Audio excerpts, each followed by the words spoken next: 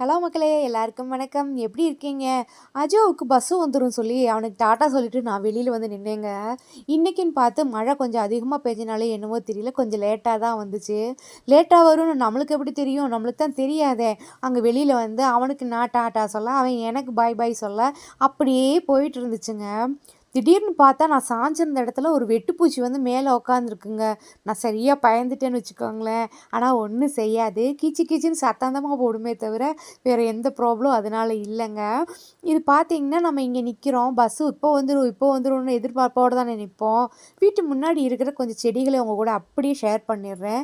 இது வந்து ஆம்பல் செடிங்க. தாமரை அல்லி செடின்னு சொல்லுவாங்க இல்லையா? அது என்னோட பையனுக்கு வந்து இந்த மாரி ஒரு ஹாபி இருக்கு.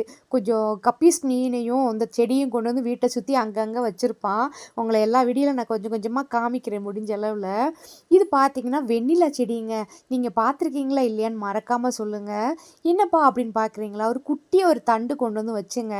தண்ணிக்குள்ள அதா வளர்ந்து பார்த்தீங்களா, அப்படியே போயிட்டுருக்காங்க. எவ்வளோ தூரம் போவாங்க அப்படின்னு நானும் பார்த்துட்ருக்கேன். டக்குனு பஸ் வந்துருச்சுங்க. எனக்கு கொஞ்சம் வெட்கமாயி போச்சு. நம்ம வீடியோ எடுத்துட்டு இருக்கோமா, அவங்களும் சிரிச்சாங்க. நானும் சிரிச்சுட்டு எல்லாருக்கும் பாய் சொல்லிட்டேங்க. மக்களே, இதுதான் வெண்ணிலா செடி. எசன்ஸ் எடுப்பாங்க. இதில பீன்ஸ் மாரி ஒரு காய் வரும். அதுதான் பறிச்சு எசன்ஸ் எடுக்கிறதுக்கு பயன்படுத்துவாங்க. அதுக்கப்புறம் என்னப்பான்னு பார்த்தீங்கன்னா, கொஞ்சம் வீட்டு வேலை இருந்தது. எல்லாம் முடிச்சுட்டு நானுமே கடைக்கு போயிட்டேங்க. இதுதான் நம்மளுடைய கடை. கடைக்கு போயிட்டு ஈவினிங் ஒரு 3 மணிக்கு மேல தான் வீட்டுக்கு வந்தேங்க.